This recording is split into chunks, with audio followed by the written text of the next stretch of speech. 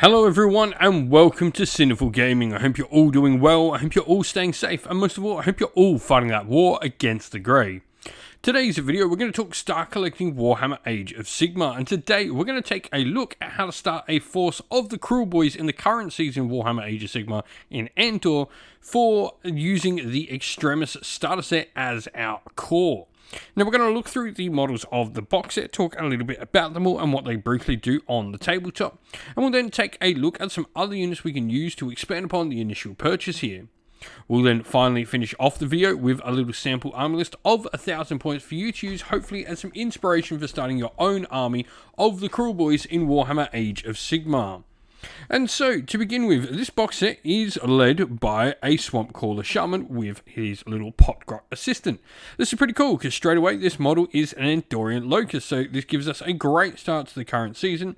Now we have 6 wounds with a 5+ save, and we've got the Bogbark staff for 2 attacks at 3s and 3s, Ren -1 damage D3 with a 3-inch range in close combat, along with the backup stabber from the little potgrot for 2 attacks at 4s and 4s, no Ren damage 1. Now this model is a 1 cast and 1 unbind wizard, and the little potgrot is effectively just a little companion, sort of treated as a mount with all of its attacks for purposes. Now the big thing with the swamp-lurker shaman is the potions and elixirs, where at the start of your hero phase, if this unit is more than 3 inch from all enemy units, you can say it's either brewing a potion or an elixir. If you do so, you pick a friendly Auric unit wholly within 12 inch, that must be a Krulesboyz unit as well, and more than 3 inch from all enemy units that has at least one model within 3 inch of this unit to be given the potion or elixir. A unit that has been given them and given another poison elixir in the same phase can't happen, so you can only give one, but if that unit is given a poison until your next hero phase, when you use the Venom Encrusted Weapons rule, this is the Krulesboyz specific rule that turns their hits and damage into mortal wounds. You will do the damage on a 5+ rather than a 6+, or if you've given them an elixir, you can add one to save rolls for the unit until your next hero phase as well. Now, on top of that, you've actually got a pretty good spell on the swamp-lurker shaman in Summon Boggy Mist. This is a spell with a casting value of 7, and if successfully cast until your next hero phase, you add one to charge rolls for friendly Krulesboyz Auric units on the battlefield, and then subtract one from charge rolls for other units on the battlefield as well. So, not only giving you a little bit of benefit, but also dissuading your opponent from charging. Now, we are joined by 10 Gut Rippers, which are a pure battleline unit option for the Krulesboyz. They are 2 wounds each with a 5+ save. They have 2 weapon options with their Wicked Stickers and the Wicked Hackers. The difference here being the Sticker will have a 2-inch range, while the Hacker has a 3+ compared to a 4+ 2 wound. Both weapons, though, hit on a 4+, have 2 attacks, no rent, and damage 1. Really, for me, it is the Wicked Stickers that are the way to go, and in this particular box set, you'll get the easy to build kit, which contains only Wicked Stickers. Now, we'll also get the Scare Tactics ability, where we can subtract 1 from hit rolls for attacks made with melee weapons by enemy units that are not heroes or monsters that target your Gut Rippers as well.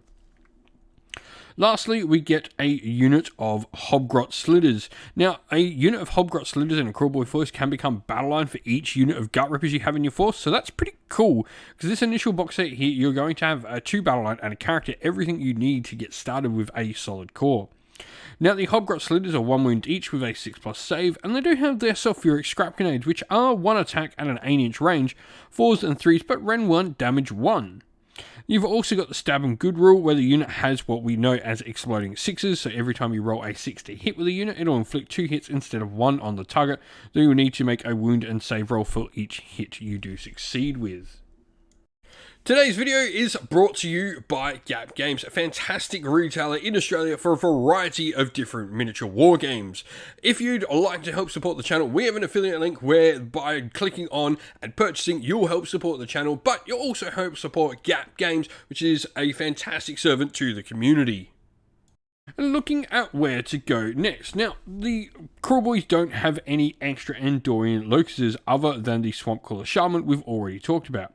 But one I think that definitely has a place in the current season is the Merc Knob with Belcher Banner. This is a much unloved piece for the Krulesboyz, but definitely has its place in the current season with the power of Kragnos. While the friendly Krulesboyz Auric unit is wholly within 12 inch of this unit, it's affected by a spell or the abilities of an endless spell. On a 5+, you can simply ignore those effects. You've also got the Breath of the Mire Drakes, where at the start of the combat phase, this unit can actually do some mortal wounds. On top of that, 3 attacks at 3s and 3s, roam 1 damage 2 is a pretty okay profile for a cheap character. Now, if we're looking at the other wizard, though, that we have access to for the Krulesboyz, that is a named character called Gobsprak, the Mouth of Mork. 14 wounds and a 5-up save on a giant chicken. This model has the fly rule, as you might expect, and is a 2-cast and 2 unbind wizard. And in addition to that, he'll know all the spells from the Law of the Swamp. Now, on top of that, you've got Summon Boggy Mist, same as the normal Swamp Caller Shaman. You've got a built-in 6-up wall save thanks to the Glyphic Banners, but you've also got a cool ability called Mork Says No, where each time this unit unbinds a spell, the caster of said spell will take D3 mortal wounds, and if the spell was unbound with a roll of 10+, the caster will suffer D6. With the ability to use wild dice to potentially dispel, it can become a really nasty thing to just do D6 mortal wounds to a ton of enemy wizards across the game.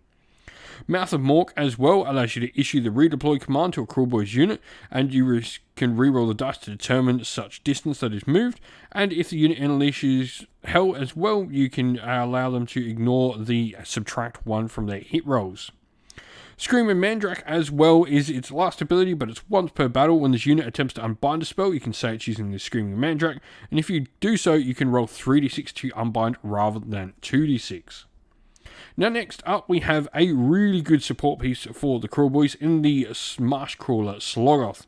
And this thing can be a really good piece to add into your Krulesboyz force. The big thing here is the Crew Drummer, where you add 1 to hit rolls made with melee weapons for friendly units that are whole within 18 inches of the model.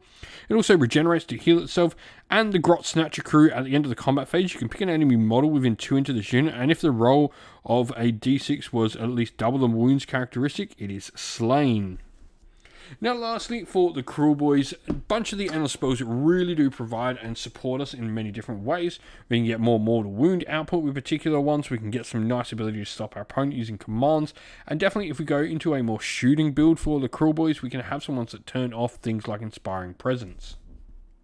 And so here we have our sample armor list. Now we've obviously gone for the Krulesboyz as our allegiance, and the subfaction we've gone for is the Grin and Blade subfaction.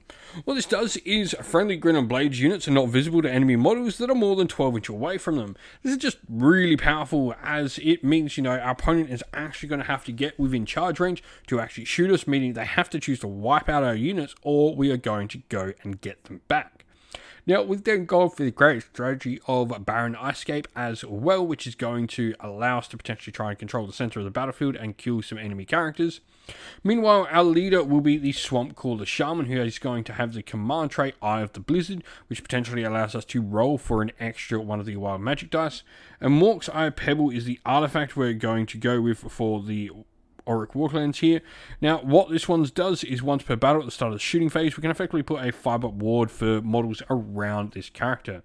For spells, we've gone for Hoarfrost, which is going to give us some rend, something we definitely do lack in our units, and can definitely turn those gut rippers into pretty nice units there. Now we then have our Merc Knob with Belcher Banner, and we've also got Gobsprak in there, who of course knows all the spells from the Law of the Swamp. Now, for Battle Line, we have 2 units of 10 Gut Rippers and a unit of 10 Hobgrot Slitters in there as well.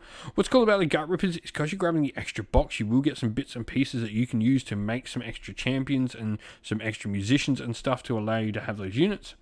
Now, lastly, we've got our Marsh Crawler Sloggoth, and we've got the Aether Void Pendulum Endless Spell for some good mortal wound damage dealing. This can be really good while our Swamp Caller Shaman is maybe not needing to use his other spells because we're not in combat or our opponent's not charging, etc.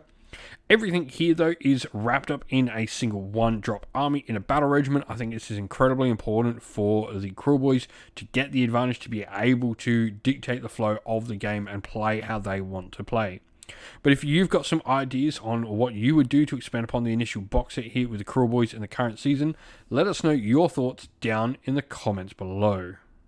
And so that is the end of the video. We hope you all enjoyed it. If you did, please don't forget to leave a like, comment, share, and subscribe to the channel. If you'd like to come chat more with me and other members of our great little community we have here at Sinful Gaming, we have a Discord server, which is linked down in the video's description. Also linked down in the video's description are the best ways to help support the channel, be that via Patreon or YouTube members, or by grabbing yourself some merch, whether that's stickers, t-shirt, mugs, or anything from our Teespring store as well, or by using our affiliate links, which are also linked down in the description as well, that go a long way to helping support the channel. As a special thank you to all our Patreons and YouTube members, we'd like to give you all a shout out. So thank you to Andy C, Grimskull, Colorblind Magic, Iron Grinch, Benjamin Swallers, James Cater, Mark Harvey, Domir, Average Wargamer, JJ Austrian, Cure Dynamic, Andrew Bowen, Alderin Shot First, Kendall, Soren, Green Roots Gaming, Ronya, Lockloric, The Johnny84, Broken Chef, Ariana Edwards, Monty Stabletop Terrain, James Tillman, Disco, John Castle, and Gargamel196. Thank you all so much for helping support the channel. It means the absolute world to us. Please do not forget to like, comment, share, and subscribe. Once again, everyone, stay safe, stay well, and most of all, keep fighting that war against the grey. Ciao for now.